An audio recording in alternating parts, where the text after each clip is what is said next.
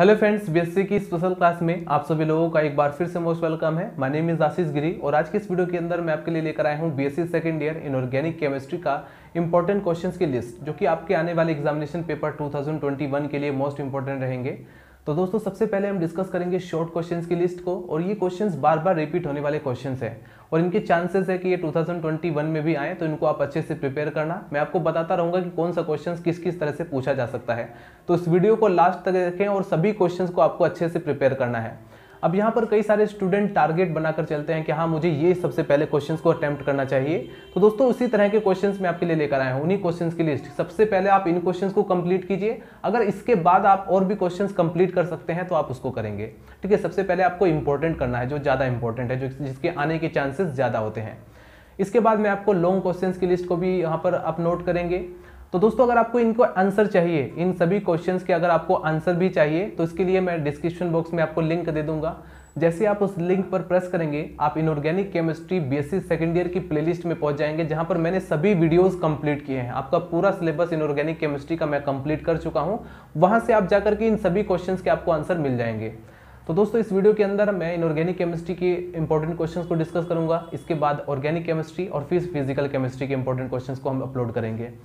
दोस्तों, अगर आपको नोट्स चाहिए तो इसके लिए आपको हमारा टेलीग्राम चैनल, जो कि बायोबुक टैग के नाम से बना हुआ है, उसको ज्वाइन करना पड़ेगा। सिंपली आपको सबसे पहले क्या करना है, टेलीग्राम एप्लीकेशन को डाउनलोड करना है। उसके बाद आप सर्च करेंगे बायोबुक टैग। बायोबुक टैग सर्च करने के बाद आपके सामने हमारा जो बायोबुक टैग का ग्रुप है वो आ जाएगा। उस पर आप क्लिक करेंगे, स्क्रॉल डाउन करेंगे और नीचे ज्वाइन का ऑप्शन मिलेगा। ज्वाइन के ऑप्शन पर क्लिक करने के बाद आप हमारे ग्रुप से जुड़ जाएंगे, और ग्रुप से जुड़ने के बाद जितना भी नोट्स या पीडीएफ जो पहले से उसमें अवेलेबल है, आप उसको भी रिसीव कर सकते हैं। और जो भी मैं नया नोट्स या पीडीएफ या कोई फोटोज वगैरह अपलोड करने वाला हूं, तो उसकी नोटिफिकेशन भी आपको आ जाएगी। तो उसको ज्वाइन करके, टेलीग्राम चैनल को ज्वाइन करके आप नोट्स या पीडीएफ का भी फायदा ले सकते हैं। वैसे तो आप जानते हैं अच्छी तरह से कि हमारी जो वीडियोस होती हैं, वहीं से जो भी मैं नोट्स बनाता हूं, वहीं से भी आप नोट्स बना सकते हैं। तो चलिए दोस्तों, स्टार्ट करते हैं। तो चलिए फ्रेंड्स, नोट कीजिए इंपॉर्टेंट शॉर्ट क्वेश्चंस की लिस्ट। सबसे पहले मैं आपको बताना चाहूँगा, BSc second year zoology botany के इंपॉर्टेंट क्वेश्चंस की लिस्ट को मैं अपलोड कर चुका हूं, जो कि आपके आने वाले एग्जामिनेशन पेपर 2021 यानी 2021 में मोस्ट इंपॉर्टेंट क्वेश्चंस रहेंगे। तो अगर आपको उन वीडियोज़ को देखना है तो इसी वीडियो के डिस्क्रिप्शन बॉक्स में मैं आपको लिंक दे दूंगा, आप वहाँ से जाकर देख सकते हैं, या फिर आप बायोबुक टैग चैनल पर जाकर देख सकते हैं। वहाँ पर मैंने अपलोड कर दिया है, प्लेलिस्ट आप चेक कर सकते हैं। फिलहाल आज की इस वीडियो के अंदर मैं डिस्कस कर रहा हूं BSc second year inorganic chemistry के इंपॉर्टेंट क्वेश्चंस की लिस्ट, जिसमें सबसे पहले आप नोट करेंगे इंपॉर्टेंट शॉर्ट क्वेश्चंस की लिस्ट। दोस्तों, यहां पर सोचने और समझने जैसा पॉइंट ये है कि अगर हम बात करते हैं जूलॉजी बॉटनी की, तो वहां पर बहुत सारे रिपीटेड क्वेश्चन है। वहां पर आपको सिर्फ और सिर्फ याद करने की और समझने की ज़रूरत है, वहां पर किसी कंसेप्ट की ज़रूरत नहीं है। ठीक है, जूलॉजी बॉटनी के अंदर आपको डायग्राम्स बनाने होते हैं और याद करना होता है, और जितना आपने याद कर लिया वही आपके लिए बेस्ट रहता है। यहाँ पर दोस्तों सिर्फ और सिर्फ इनऑर्गेनिक, ऑर्गेनिक और फिजिकल, इन तीनों केमिस्ट्री के अंदर, यानी कि मैं सिंपली भाषा में कहूँ तो केमिस्ट्री के अंदर कोई भी टॉपिक हो, चाहे वो शॉर्ट क्वेश्चन हो, लॉन्ग क्वेश्चन हो, इसको समझाने के लिए कंसेप्ट समझना बहुत ज़्यादा इंपॉर्टेंट है। देखिए, जैसे पहला क्वेश्चन है यहाँ पर, why the Fe3+ ion is more stable then Fe2+ ion, यानी कि ये जो Fe3+ आयन है, ये Fe2+ आयन की कंपैरिजन में ज़्यादा स्टेबल है, ज़्यादा स्थायी है। इसका कारण बताइए। इसका कारण आप कंसेप्ट, अगर आपने कंसेप्ट जाना हुआ है इसका कि कैसे मुझे बताना है कि ये कौन सा स्थायी है, स्टेबिलिटी किसके ऊपर डिपेंड करती है, तो तभी आप बता सकते हैं। और इन सभी को सबसे पहले तो मैं स्टार्टिंग में ही बता देता हूं, इन सभी क्वेश्चंस का आंसर आपको मैंने यहाँ पर सभी के सभी वीडियोस में अपलोड कर चुका हूं। लॉन्ग क्वेश्चन, शॉर्ट क्वेश्चंस, उन सभी वीडियोस में आपको देखने को मिलेंगे। ठीक है, एक जैसे फॉर एग्जांपल ये 25 वीडियोस में बना चुका हूं inorganic chemistry BSc second year के ऊपर, और इसी वीडियो के डिस्क्रिप्शन बॉक्स में मैं आपको लिंक दे दूंगा ताकि आप वहां तक डायरेक्टली पहुंच जाएं। ठीक है, उन 25 वीडियोज़ को आप कंप्लीट कर सकते हैं। अभी आपके पास सफिशिएंट टाइम है। ठीक है, टाइम है, अभी एग्जाम पेपर बहुत दूर है, तो इसलिए आप उन 25 वीडियोस को अच्छे से देख करके उसको कंप्लीट अपना कंसेप्ट कर सकते हैं। ध्यान रखना, कंसेप्ट अगर आप क्लियर नहीं करेंगे तो हो सकता है आप सपोज आप इसको यहाँ पर सपोज आपने इसको प्रिपेयर कर लिया इस क्वेश्चन को कि why the Fe3+ ion is more stable then Fe2+ ion, लेकिन वहां पर जब आप एग्जाम पेपर में गए तो आपको देखने को मिल रहा है कि Fe3+ की जगह कोई और आयन है, तब आप क्या करेंगे? तो मेन चीज़ है कि कंसेप्ट कैसे समझना है। ठीक है, मेन चीज़, सारा कुछ डिपेंड कर रहा है केमिस्ट्री में कंसेप्ट। अगर आपने इसका स्थायित्व यानी स्टेबिलिटी का कंसेप्ट आपको पता है तो आप इजीली एक्सप्लेन कर सकते हैं। उसके बाद देखिए question number 2, why mercury is liquid metal, ये जो मरकरी है ये लिक्विड मेटल क्यों है? ठीक है, ऐसा कोई मेटल या धातु आपने सुना है जो कि लिक्विड हो, वो मरकरी है, और ऐसा क्यों है ये हमें बताना होता है। और यहाँ पर सिर्फ और सिर्फ सबका बहुत ही ईजी आंसर है इनका, लेकिन स्टूडेंट वहाँ पर कंफ्यूज हो जाते हैं, कुछ से कुछ गलत आंसर लिख कर आते हैं, मतलब अपनी विचारधारा वहाँ पर लिख कर आते हैं जो कि गलत हो जाती है। एग्जामिनर सिर्फ देखता है कि वहाँ पर कौन सा कंसेप्ट लगाया गया है, कंसेप्ट देखते ही एग्जामिनर 2 नंबर दे देगा आपको। ये फर्क नहीं पड़ता कि आपने उसको किस तरीके से लिखा है, अपने अकॉर्डिंग लिखा है या फिर बुक्स के अकॉर्डिंग लिखा है, बस यहाँ पर कंसेप्ट सही होना चाहिए। ठीक है, तो आई होप आप समझ गए होंगे। तो स्टार्टिंग के 2 क्वेश्चन आपने देखे। नंबर 3 क्वेश्चन देखिए, कैलकुलेट द मैग्नेटिक मोमेंट। यहाँ पर आपको मैग्नेटिक मोमेंट कैलकुलेट करना है Fe2+ आयन और Mn2+ आयन, मैग्नीज 2+2 आयन का। तो देखिए यहाँ पर हो सकता है कोई और आयंस भी दे दे, तो मेन चीज़ है कि मैग्नेटिक मोमेंट को हमें कैसे कैलकुलेट करते हैं ये हमें पता होना चाहिए, और ये भी मैं अपलोड कर चुका हूँ। आप वीडियोस के अंदर जाएंगे ये भी आपको देखने को मिलेगा, क्योंकि ये लॉन्ग क्वेश्चन में भी आता है, शॉर्ट क्वेश्चन में भी आता है। ठीक है, क्वेश्चन नंबर 4 है, देखिए right down the conjugate bases of the acids. यानी कि क्वेश्चन सबसे पहले तो एक चीज आपको ध्यान रखना है, केमिस्ट्री के अंदर मैंने जूलॉजी बॉटनी के अंदर ये बातें नहीं बताई थी, लेकिन केमिस्ट्री के अंदर आपको केयरफुली सबसे पहले क्वेश्चंस को पढ़ना है कि क्वेश्चन क्या लिखा है। जैसे यहां पर देखिए right down the conjugate bases of following acid, यानी कि इसने कहा कि ये जो चारों की चारों आपको दिखाई दे रही हैं ये एसिड्स हैं और इनका आपको कॉन्जुगेंट बेस बताना है। तो आप कैसे बताएंगे, कैसे प्रूफ करेंगे, यानी कि सिंपली आपको बताना है। ठीक है, जैसे ये NH4+ है, इसका कॉन्जुगेंट बेस क्या है, बहुत इजी तरीके से मैंने इसको समझाया हुआ है। एसिड बेस चैप्टर के अंदर लगभग 5 वीडियो मैं बना चुका हूं, जिसमें सबसे पहले सभी Arrhenius concept, Lewis concept, Lux Flood concept, इन सभी कंसेप्ट को मैं सभी के जितने भी कंसेप्ट है एसिड बेस से रिलेटेड वो सब मैं क्लियर कर चुका हूं, क्योंकि आप उन्हें क्लियर करने के बाद ही लॉन्ग और शॉर्ट क्वेश्चंस को कंप्लीट कर सकते हैं। ठीक है, तो आप वहां सर जब जैसे उस वीडियोस को देखेंगे आप इसको इजीली सोल्व कर सकते हैं। ठीक है, किसी भी आप यहाँ पर जरूरी नहीं, यहाँ पर जैसे हमने NH4+ का देखा, हो सकता है यहाँ पर किसी अलग कोई आयन से मॉलिक्यूल दे दे और पूछे कि इनका जरा एसिड का इसका कॉन्जुगेंट बेस बताइए, तो मतलब कोई भी यहाँ पर दे सकता है, लेकिन आपको कंसेप्ट पता होना चाहिए कि हमें कॉन्जुगेंट बेस कैसे फाइंड आउट करना है। आप किसी भी मॉलिक्यूल या आयंस का कॉन्जुगेंट बेस फाइंड आउट कर सकते हैं। क्वेश्चन नंबर 5 देखिए, लेंथेनम और कितने हाइड्रोक्साइड है, 3, तो lanthanum try hydroxide is more basic. इसका कहने का मतलब है कि जो लैंथेनम ट्राई हाइड्रोक्साइड है ये ज़्यादा क्षारीय है, जबकि हम देखते हैं ल्यूटीशियम ट्राई हाइड्रोक्साइड को तो ये लिस्ट बेसिक, यानी कि ये कम बेसिक है। तो इसका हमें कारण बताना होगा। आपसे डायरेक्टली क्वेश्चन देखिए क्या है, lanthanum tri hydroxide is more basic while the lutetium tri hydroxide is least basic. इसका मतलब सिंपली उन्होंने ये रीज़न मांगने की कोशिश की है कि बताइए ऐसा क्यों है, जबकि यहाँ पर आप देखेंगे ये भी ट्राई हाइड्रोक्साइड है, ये भी ट्राई हाइड्रोक्साइड है, बट यहाँ पर एलिमेंट अलग है, यहाँ पर लेंथेनम है, यहाँ पर ल्यूटीशियम है। तो यहाँ पर इन्हीं दोनों में कुछ ना कुछ ऐसी बात होगी, कुछ ना कुछ ऐसा कंसेप्ट होगा जो कि इनको इससे जो है लिस्ट बेसिक होने दे रहा है और इसको मोर बेसिक। क्वेश्चन नंबर 6 है, explain standard electrode potential and इसको डिफिनेशन देनी है। तो स्टैंडर्ड इलेक्ट्रोड पोटेंशियल क्या है, ये तो सिंपली आप डेफिनेशन के थ्रू याद कर सकते हैं। Question number 7, the solution of sodium metal. Sodium metal का जो सॉल्यूशन है वो लिक्विड अमोनिया के अंदर इज ब्लू है एंड गुड इलेक्ट्रिकल कंडक्शन। और यहाँ पर जो इलेक्ट्रिकल कंडक्टिविटी की बात करें तो गुड इलेक्ट्रिकल कंडक्टर है, तो इसका कारण बताइए, एक्सप्लेन कीजिए क्यों। एक बार फिर से क्वेश्चन को समझते हैं। The solution of sodium metal, sodium metal का जो सॉल्यूशन है लिक्विड अमोनिया के अंदर इज ब्लू है और गुड इलेक्ट्रिकल कंडक्टर है, तो इसका कारण हमें बताना है। Question number 8, all Arrhenius acid, सभी के सभी जो आर्हीनियस एसिड हैं आर ऑल्सो ब्रोंस्टेड एसिड, वो ब्रोंस्टेड एसिड है सभी के सभी, but all Bronsted acid is not Arrhenius basis. Discuss कीजिए इस कंसेप्ट को। तो ये कब आप डिस्कस कर सकते हैं, कब आप बता सकते हैं, जब आपने आर्हीनियस कंसेप्ट पढ़ा हो, ब्रोंस्टेड लोरी कंसेप्ट पढ़ा हो एसिड बेस का। ठीक है, वो मैं डिस्कस कर चुका हूँ, एक बार फिर से बताना चाहूँगा, आप जाकर चैनल के अंदर देख सकते हैं या इसी वीडियो के डिस्क्रिप्शन बॉक्स में लिंक मिल जाएगा। क्वेश्चन नंबर 9 देखिए, arrange the following complexes in the decreasing order of electrical conductivity.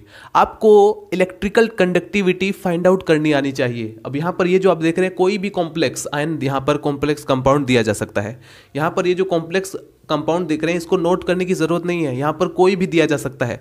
Main चीज है कि कंसेप्ट समझना, वो है क्वेश्चन नंबर 9 कि इसमें ये बताया गया है अरेंज द फॉलोइंग कॉम्प्लेक्सेस। ये जो आपको कॉम्प्लेक्सेस दिखाई दे रहे हैं इनको हमें इनकी इलेक्ट्रिकल कंडक्टिविटी के डिक्रीजिंग ऑर्डर में अरेंज करना है, व्यवस्थित करना है।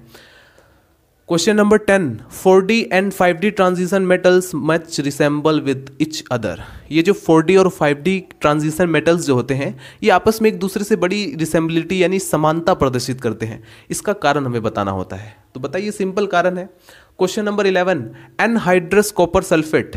एन मतलब अपसेंट मान लीजिए, हाइड्रस का मतलब वाटर, यानी कि ऐसा कॉपर सल्फेट जिसमें वाटर अपसेंट हो। तो anhydrous copper sulphate is white, वो वाइट होता है।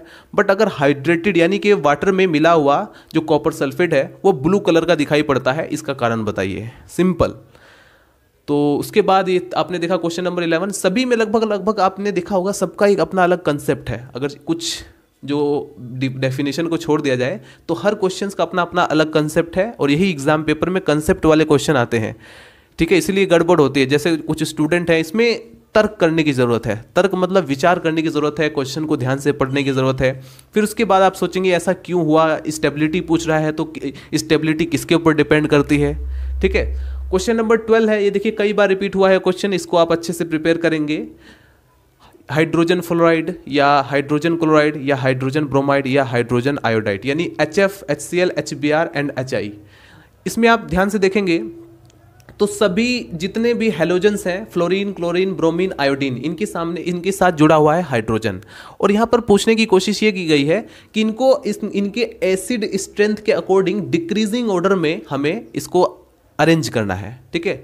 HF, HCl, HI in the decreasing order of their acid strength, यानी कि सबसे पहले आप उसको रखिए जो ज़्यादा एसिडिक हो। और ये बात मैं ऑलरेडी वीडियोज़ के अंदर डिस्कस कर चुका हूँ कि कौन सबसे ज़्यादा एसिडिक है, क्यों सबसे ज़्यादा एसिडिक है, और कैसे आप इसको डिक्रीजिंग ऑर्डर में रखेंगे।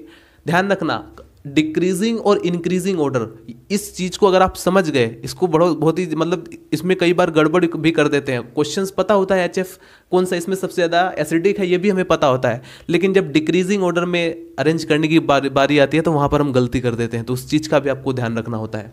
Question number 13, NH3, PH3 and ASH3 in decreasing order of their base strength. तो एसिड स्ट्रेंथ, बेस स्ट्रेंथ दोनों में आपसे पूछा जा सकता है। क्वेश्चन नंबर 14 देखिए, silicon tetrachloride and SnCl4 can function as Lewis acid. ये दोनों के दोनों लुईस एसिड की तरह फंक्शन करते हैं। तो अब आपको अगर लुईस का कंसेप्ट पता है, लुईस का कंसेप्ट कि लुईस के अकॉर्डिंग कौन कौन से कंपाउंड एसिड हो सकते हैं, अगर आपको ये पता होना चाहिए। लुईस के अकॉर्डिंग, लुईस कंसेप्ट के अकॉर्डिंग कौन से बेस हो सकते हैं, ये आपको पता होना चाहिए। तो अगर आपको ये पता है तो आप सिंपली इसको सॉल्व कर सकते हैं, और बहुत ईजी है, लेकिन इसके लिए आपको वीडियोस देखना पड़ेगा। आई थिंक आपको पहले से भी पता होगा। AgCl is highly soluble. AgCl जो है वो हाईली सोल्यूबल है लिक्विड अमोनिया के अंदर, इसका कारण बताइए। तो इसमें भी एक कंसेप्ट ही छुपा हुआ है। Question number 16, titanium 4+ ion is more stable then titanium 3+ ion. Explain कीजिए। टाइटेनियम 4+ आयन जो है ये ज़्यादा स्टेबल है टाइटेनियम 3+ आयन के कंपेरिजन में। क्यों स्थायी है इससे ज़्यादा, ये हमें बताना होगा। Question number 17, explain the reason why lanthanum 3+ ion is more stable than lanthanum 2+ ion. इसका कारण बताना है हमें। तो स्टेबिलिटी से रिलेटेड क्वेश्चंस आपसे डेफिनेटली पुट आउट किए जाएंगे, और इनका बहुत ही सिंपल सा आंसर है, सिंपल सा कंसेप्ट है। आपको वो पता हो गया तो आप हर क्वेश्चंस का जवाब दे सकते हैं। मैंने कहा यहाँ पर देखिए Fe2+ दिया हुआ है, यहाँ पर टाइटेनियम दिया हुआ है, इसी तरह से हर जगह यहाँ पर लैंथेनम दिया हुआ है। आयंस कोई भी हो सकते हैं, कंसेप्ट पता होना चाहिए। Question number 18, difference between oxidation number and valency. ये क्वेश्चन थ्योरेटिकल है, आपको बताना पड़ेगा कि आखिर ऑक्सीडेशन नंबर और वैलेंसी में क्या डिफरेंस है। और ये मैं ऑक्सीडेशन नंबर जब मैंने वहाँ पर बताया हुआ था कि ऑक्सीडेशन नंबर कैसे फाइंड आउट किया जाता है, ठीक है। कई बार ऐसा होता है कि आपसे ऑक्सीडेशन नंबर फाइंड आउट करने के लिए दिया जा सकता है, तो आप उसको भी फाइंड आउट कर सकते हैं, और ये भी मैं वहाँ पर वीडियोज़ में अपलोड कर चुका हूँ, यहाँ पर मैं बता चुका हूँ। उसके बाद आता है question number 19, AgCl is highly soluble in liquid ammonia. ये भी मैं डिस्कस कर चुका हूँ already. Why the NH4+ ion does not form complex. ये जो NH4+ आयन है ये कॉम्प्लेक्स फॉर्म नहीं करता, इसका कारण बताइए। Question number 21, IUPAC name international union of pure and applied chemistry, most important है। और ये जो IUPAC है ये कॉम्प्लेक्स कंपाउंड, इनके IUPAC नेम कैसे आपको रखना है, या फिर कॉम्प्लेक्स कंपाउंड कैसे बनते हैं, क्या होते हैं, ये सारी चीज़ें लगभग इस पर मैं 5-6 वीडियो बना चुका हूं, जिसके अंदर मैंने नोमेनक्लेचर भी बताया हुआ है IUPAC का। इसको ये कैसे बनते हैं, ये सब इनका ऑक्सीडेशन नंबर कैसे फाइंड आउट किया जाता है, ये भी मैंने आपको बताया हुआ है। तो ये सारा कॉन्सेप्ट इनके लिए, इन सभी को सोल्व करने के लिए आपको वीडियोस देखने की ज़रूरत है। अगर आपका पहले से ही कंसेप्ट क्लियर है तो इससे बेहतर कोई और बात नहीं हो सकती। ये सभी क्वेश्चंस को आप अच्छे से प्रिपेयर करेंगे। अभी आप इसको फटाफट नोट कीजिए। नोट करेंगे question number 22, right the oxidation number of nitrogen in each following compounds. दोस्तों ये जो आपको कंपाउंड्स दिखाई दे रहे हैं NH2OH, NH3, NH2, N3H, इन सभी में कॉमन नाइट्रोजन प्रेजेंट है। अब इस नाइट्रोजन की इन सभी कंपाउंड्स के अंदर जो ऑक्सीडेशन नंबर है उसको आपको फाइंड आउट करना होगा और लिखना होगा। Question number 23, transition element show variable valency why. यहाँ पर आपको ये बताना होगा, ये जो ट्रांजिशन एलिमेंट्स होते हैं ये अपनी वैलेंसी में, इनका जो वैलेंस इलेक्ट्रॉन होता है उसमें काफ़ी वेरिएशन आपको देखने को मिलेगा। किसी की 3 है, 4 है, 5 है, 6 है। तो इनमें इन वेरिएशंस का कारण क्या है, इसे आपको बताना होगा। Question number 24, some transition elements are diamagnetic. आपने देखा होगा कई सारे ऐसे ट्रांजिशन एलिमेंट्स हैं जो कि डायामैग्नेटिक हैं, एंड सम आर पैरामैग्नेटिक। कुछ ऐसे भी हैं जो कि पैरामैग्नेटिक है, इसका कारण बताइए। एंड वाई FeCO&Ni यानी कि आयरन, कोबाल्ट और निकिल ये पैरामैग्नेटिक क्यों हैं? पैरामैग्नेटिक क्या होते हैं? जो चुंबक की तरफ आकर्षित होते हैं, अट्रैक्ट होते हैं। ऐसे मेटल या एलिमेंट्स जो कि चुंबक की तरफ अट्रैक्ट होते हैं, मैग्नेट की तरफ, उसे हम पैरामैग्नेटिक बोलते हैं। डायमैग्नेटिक किसे कहते हैं? जो चुंबक से रिपेल होते हैं, दूर भागते हैं, तो उनको कहा जाता है डायमैग्नेटिक। तो कई सारे आपको यहाँ पर ये बताना होगा कि कई सारे ऐसे ट्रांजिशन एलिमेंट्स आपने देखे हैं जो कि डायमैग्नेटिक हैं और कई सारे पैरामैग्नेटिक हैं। ये अलग क्वेश्चन हो जाएगा एक नंबर में, और ये अलग हो जाएगा कि ये तीनों की तीनों जो है आयरन, कोबाल्ट और निकिल पैरामैग्नेटिक है। इसका रीज़न बताइए। वही डी ब्लॉक, इनका जो डी कक्षक होता है उसके उनमें जो इलेक्ट्रॉन है उसकी प्रेजेंटेशन और एब्सेंट के बेस पर इसको एक्सप्लेन करना होता है। ये मैं ऑलरेडी बता भी चुका हूँ, तो मैंने कहा सिंपली वीडियोस देखना होगा इसके लिए आपको। Why do tetrahedral complex not show cis trans isomers. आपने देखा टेट्राहेड्रल जो कॉम्प्लेक्सेस कंपाउंड होते हैं वो cis and trans isomers show नहीं करते, इसका कारण आपको बताना होगा। Question number 26, why the salt of zinc, लवण, why the salt of zinc, cadmium and Hg यानी कि मरकरी आर वाइट। जनरली क्या देखने को मिलता है? जो जिंक है, कैडमियम है या मरकरी है, उनके जो लवण होते हैं या सोल्ट होते हैं वो वाइट कलर के होते हैं। इसका हमें रीज़न बताना होगा। Question number 27, explain on the basis of Lewis and Bronsted theory the ammonia is base. Lewis concept के अकॉर्डिंग और ब्रोंस्टेड कंसेप्ट के अकॉर्डिंग, इन दोनों कंसेप्ट के अकॉर्डिंग ये आपको एक्सप्लेन करना है कि ये जो अमोनिया होता है यानी कि NH3 है, ये बेसिक क्यों है, यानी कि ये क्षारीय नेचर क्यों प्रदर्शित करता है, अक्षारीय nature. Question number 28, calculate the effective atomic number, यानी कि यहाँ पर आपको दिए गए हैं कॉम्प्लेक्स कंपाउंड, और इन दोनों कॉम्प्लेक्स कंपाउंड में जो सेंट्रल एटम मेटल जो होता है उसका EAN फाइंड आउट करना है। ये BSc थर्ड ईयर में इनऑर्गेनिक केमिस्ट्री के अंदर भी आपसे पूछा जाएगा अगेन। इफेक्टिव एटॉमिक नंबर यानी कि EAN फाइंड आउट करने को मिलता है कॉम्प्लेक्स कंपाउंड। एक बात मैं आपको अच्छी तरह से बता दूं कि BSc सेकेंड ईयर के अंदर ये जो कॉम्प्लेक्स कंपाउंड है दोस्तों, इसको आप बहुत अच्छे से प्रिपेयर कर लीजिए। इससे बचने की कोशिश मत करना, इससे दूर भागने की कोशिश मत करना। कई बार ऐसा होता है कि चलो कोई बात नहीं, इसको कॉम्प्लेक्स कंपाउंड ये समझ में नहीं रहा, इसको हम थोड़ा स्किप कर देते हैं, बाद में देखेंगे जो भी होगा, ठीक है, बाकी पासिंग मार्क्स कंसीडर कर लेते हैं। इस ख्याल में बिल्कुल भी मत रहना, क्योंकि थर्ड ईयर में फिर दोबारा से ही आपको मिलेगा, तो इसका सामना कीजिए। और बहुत अच्छे से मैंने आपको बताया कि सबसे पहले आपको पता होना चाहिए कि ये क्या है, इसका नोमेनक्लेचर, IUPAC नेम, ठीक है। फिर उसके बाद आप इसमें इफेक्टिव एटॉमिक नंबर, इसका ऑक्सीडेशन नंबर कैसे फाइंड आउट किया जाता है, इफेक्टिव एटॉमिक नंबर कैसे फाइंड आउट किया जाता है, तो ये चीज़ें जब आप फाइंड आउट कर लेंगे तो BSc थर्ड ईयर में भी आपको काम आएंगे आगे। Question number 29, calculate the oxidation number in of chromium. ये जो आपको कंपाउंड्स दिखाई दे रहे हैं यहाँ पर और यहाँ पर, इनमें आपको यहाँ पर ऑक्सीडेशन नंबर फाइंड आउट करना है क्रोमियम का और मैग्नीज का। मैग्नीज और क्रोमियम का ऑक्सीडेशन नंबर आपको फाइंड आउट करना है। क्वेश्चन नंबर 30 है Cu2+ ion, copper 2+ ion are coloured. ये जो कॉपर के जो Cu2+ के जो आयन है वो रंगीन है, कलर्ड है और पैरामैग्नेटिक है, जबकि जिंक के यानी जिंक 2+ के आप देखें तो इसमें जो आयंस और होते हैं वो कलरलेस होते हैं और साथ में डायामैग्नेटिक भी होते हैं, यानी कि चुंबक की तरफ अट्रैक्ट नहीं होते, रिपेल होते हैं। तो इसका कारण आपको बताना है। और सिंपली वही डी ऑर्बिटल्स के अंदर इलेक्ट्रॉन की प्रेजेंटेशन और एब्सेंट की वजह से यहाँ पर ये सब वेरिएशन देखने को मिलता है कि किसी में कलर्ड, कोई कलरलेस हो गया, कोई कलर की तरफ जो है अट्रैक्ट हो रहा है, मतलब कोई कलरलेस है तो कोई कलर्ड है, कहीं पर पैरामैग्नेटिक है तो कहीं पर डायमैग्नेटिक है। तो ये सब डी ऑर्बिटल्स के अंदर जो इलेक्ट्रॉन प्रेजेंट होते हैं उसकी प्रेजेंटेशन और एब्सेंट के बेस पर है। ये कंसेप्ट यहाँ पर लगेगा। तो ये सभी के सभी जो चीज़ें हैं वो मैं डिस्कस कर चुका हूँ। अब हम डिस्कस करेंगे लॉन्ग क्वेश्चंस के बारे में। सबसे पहले आप इसको फटाफट नोट कीजिए। सो गाइस, शॉर्ट क्वेश्चंस की लिस्ट को नोट करने के बाद अब आप नोट करेंगे इंपॉर्टेंट लॉन्ग क्वेश्चंस की लिस्ट, जिसमें आपको दिखाई देंगे लगभग 1 to 11 long questions. Guys I don't want to say कि इसमें इन्हीं 11 क्वेश्चंस में से आपका पेपर आएगा, but I want to say कि इन क्वेश्चंस को आप बिल्कुल भी स्किप नहीं कर सकते, क्योंकि ये बार बार रिपीट होने वाले क्वेश्चंस हैं। देखिए, इसमें सबसे पहले मैं आपको ये भी बताता रहूँगा कि अगर ये क्वेश्चंस इस वे में पूछा गया है तो ये किस किस वे में पूछा जा सकता है। ठीक है, एक ही क्वेश्चंस अलग अलग तरह से पूछा जा सकता है, उसके बारे में एक बेसिक आइडिया होना बहुत ज़रूरी है, जो कि मैं आपको बताने वाला हूँ। देखिए, क्वेश्चन नंबर फर्स्ट, सबसे पहले तो मैं आपको बताना चाहूँगा आपका एग्जामिनेशन पेपर 5 सेक्शन में डिवाइड होता है। सेक्शन ए में अभी शॉर्ट क्वेश्चंस पूछे जाते हैं, जो कि मैंने आपको पहले ही दिखा दिया कि शॉर्ट क्वेश्चंस इस तरह से पूछे जाते हैं। सेक्शन ए में 10 शॉर्ट क्वेश्चन पूछे जाते हैं। वो 10 नंबर के भी हो सकते हैं, 20 नंबर के भी हो सकते हैं। ये डिपेंड करता है कि आपका एग्जाम पैटर्न किस तरह से है। अगर एक शॉर्ट क्वेश्चन 1 नंबर का है तो वो 10 नंबर का हो जाएगा, क्योंकि 10 शॉर्ट क्वेश्चन पूछे जा रहे हैं। अगर 2 नंबर का है तो वो 20 नंबर में हो जाएगा। अगर हम लॉन्ग क्वेश्चंस की बात करें तो बचे हुए 4 section, section B, section C, section D and section E, इसमें लॉन्ग क्वेश्चन पूछे जाते हैं। एक सेक्शन में 2 लॉन्ग क्वेश्चंस होता है, तो यानी कि उसमें से आपको 1 लॉन्ग क्वेश्चंस अटेम्प्ट करना होता है। तो 2 में से 1 लॉन्ग क्वेश्चंस अटेम्प्ट करना होता है, सेलेक्ट करना पड़ता है, और आप सेलेक्ट वही करेंगे जिसको आप अच्छे से एक्सप्लेन कर सकते हैं। जिसमें से देखिए, नंबर फर्स्ट क्वेश्चन आपसे पूछा गया है, describe the general properties of transition elements taking the example of element of the first transition series. Guys, जो डी ब्लॉक के एलिमेंट के अंदर जो 3D सीरीज़ है वो फर्स्ट ट्रांजिशन सीरीज़ है, और उसी की प्रॉपर्टीज़ के एग्जांपल लेकर के आपको पूरा जो पूरे एलिमेंट्स की जो प्रॉपर्टीज़ है उसको समझाना होगा। ठीक है, यानी कि यहाँ पर क्वेश्चन को ध्यान से समझने की कोशिश करें।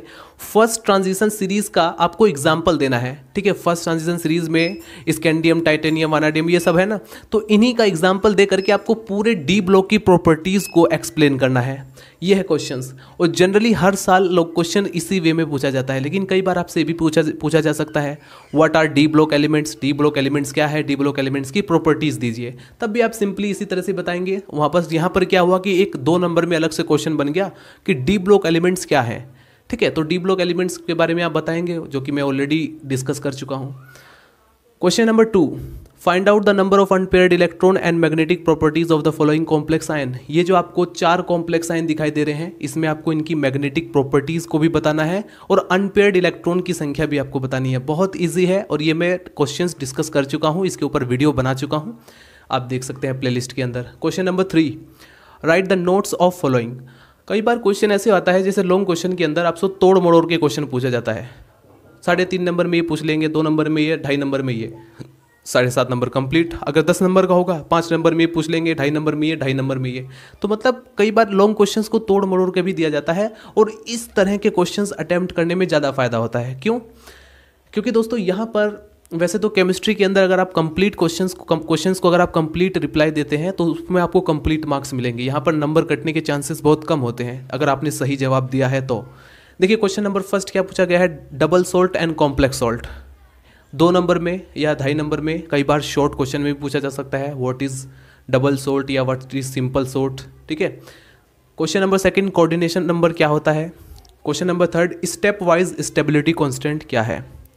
क्वेश्चन नंबर 4 की बात करें, what do you understand by the electrochemical series. Most important question है, लेकिन अभी इसको मैंने डिस्कस नहीं किया है, इसको बहुत जल्द मैं कवर करने वाला हूँ, क्योंकि इलेक्ट्रोकेमिकल सीरीज लगभग हर साल रिपीट होती रहती है और इस बार 2021 में आने के चांसेस भी इसके बहुत ज़्यादा हैं।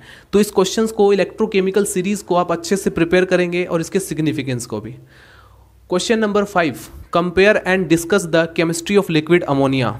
एक चीज़ तो आप देख गए होंगे, क्योंकि मेन चीज़ होता है सिलेबस। अगर आपको पेपर का सिलेबस नहीं पता है तब आप एक एग्जाम पैटर्न को सही से नहीं समझ सकते, क्योंकि फर्स्ट में आपने देखा होगा डी ब्लॉक से आपसे जनरली ये क्वेश्चंस दिया जाता है, और ये जो क्वेश्चन आपको दिखाई देगा कॉम्प्लेक्स कंपाउंड जिसमें पढ़ाया जाता है उसमें ये दिया गया है। उसके बाद ये जो इलेक्ट्रोकेमिकल सीरीज आप देखेंगे, ये वहाँ पर एक और उसके लिए एक अलग से चैप्टर बना हुआ है, तो उस चैप्टर से बना हुआ है। यहाँ पर आप देखेंगे question number 5, compare the discuss chemistry of liquid ammonia non aqueous solvent से लिया गया। तो मतलब जितने सारे जो चैप्टर्स हैं उन्हीं के अंदर से ये क्वेश्चन पुट आउट किए जाते हैं। तो आपको ये देखना है, ये सेलेक्ट करना है कि किस चैप्टर में से कौन सा क्वेश्चन सबसे ज़्यादा बार पूछा गया है। ठीक है, क्वेश्चन नंबर 4 तो हमने डिस्कस किया। क्वेश्चन नंबर 5 है compare and discuss the chemistry of liquid ammonia and water as a solvent. What are the advantages and disadvantages of liquid NH3 as a solvent? ये हमें बताना है। ये क्वेश्चन किस किस तरह से पूछा जा सकता है। What are solvent? वाटर को यूनिवर्सल सॉल्वेंट क्यों कंसीडर किया जाता है, ये भी आपको पूछा जा सकता है क्वेश्चन, क्योंकि आपने देखा होगा हर जगह हम वाटर को ही एज ए सॉल्वेंट यूज़ करते हैं, तो वो यूनिवर्सल सॉल्वेंट क्यों है, उसके कई सारे कारण हैं जो कि आपको बताना होगा। और ये जो लिक्विड अमोनिया है ये भी एक सॉल्वेंट की तरह यूज़ होता है, इसका भी कारण बताइए, इसके एडवांटेजेस और डिसएडवांटेजेस भी बताइए। उसके बाद question number 6, what do you mean by lanthanide contraction. Most important question है, हर साल रिपीट होता रहता है, इसलिए अच्छे से प्रिपेयर करें। एफ ब्लॉक एलिमेंट्स के अंदर 2 आपको सीरीज पढ़ाई जाती है। ठीक है, एक तो लेंथेनाइट सीरीज होती है, एक एक्टिनाइट सीरीज होती है। लेंथेनाइट्स और एक्टिनाइट की प्रॉपर्टीज़ आप अच्छे से प्रिपेयर करेंगे। लेंथेनाइट्स और एक्टिनाइट्स में डिफ्रेंसिएशन क्या होता है ये भी आप अच्छे से प्रिपेयर करेंगे। और लेंथेनाइट कॉन्ट्रैक्शन क्या होता है ये भी लॉन्ग क्वेश्चन में कई बार पूछा जाता है। तो what do you mean by lengthenite contraction and what are its causes, explain its consequences। तो ये पूरा क्वेश्चन एक अलग से वीडियो मैंने बनाया हुआ है, इसको आप देख सकते हैं। Question number 7, describe the different types of isomers found in coordination compound with example. ये जो कोऑर्डिनेशन कंपाउंड है इसके जो isomers, different types of isomers found in coordination compound, इसके ऊपर भी मैंने वीडियो भी बनाया हुआ है, आप देख सकते हैं। उन 25 वीडियोज़ में से आपको ढूंढना पड़ेगा, खोजना पड़ेगा कौन सा वीडियोस है, इसलिए वहाँ पर आप रैंकिंग वाइज मैं अरेंज कर दूंगा, आप उसे देख सकते हैं। Question number 8, what are actinides. Actinides क्या होते हैं। Describe the general characters, actinide के general characters. How do they resemble and different from lanthanides, यानी कि यहाँ पर रिसेंबल भी दिखाना है, कैसे एक दूसरे से सिमिलरिटी शो करते हैं और कैसे एक दूसरे से डिफरेंस है। इस तरह से भी क्वेश्चन एफ ब्लॉक से पूछे जाते हैं। क्वेश्चन नंबर 9, ये कॉम्प्लेक्स कंपाउंड से पूछा गया है और मोस्ट इंपॉर्टेंट है, discuss the Werner theory of coordination compound and its experimental verification to determine the structure of cobalt and platinum amines. ये क्वेश्चन मैं कवर कर चुका हूँ, मोस्ट इंपॉर्टेंट है, इसको अच्छे से आप भी कवर कर लेंगे। Question number 10, what are inner transition of F block elements. ये एफ ब्लॉक से क्वेश्चन पूछा गया है, ये भी इंपॉर्टेंट है, इस तरह से क्वेश्चन पूछे जा सकते हैं। Give an account of their position in the periodic table.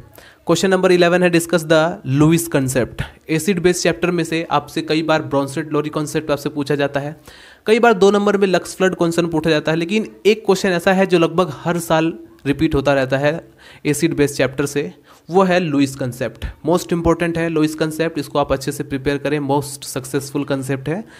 Discuss the Lewis concept of acid and bases suitable example with suitable example and give classification of Lewis acid and bases, और इनकी limitation भी आपसे पूछा जाएगा। तो ये पूरा मैं डिस्कस कर चुका हूँ। तो ये दोस्तों ये ऐसा मैंने एक बार फिर से रिपीट करना चाहूँगा, ये जो क्वेश्चंस हैं इसके अलावा और भी कई सारे क्वेश्चंस हैं, उसको भी आपको प्रिपेयर करना है, लेकिन इन क्वेश्चंस के बाद सबसे पहले आप इसको प्रिपेयर करें, ये ज़्यादा इंपॉर्टेंट है, इनके आने के चांसेस 2021 में ज़्यादा है।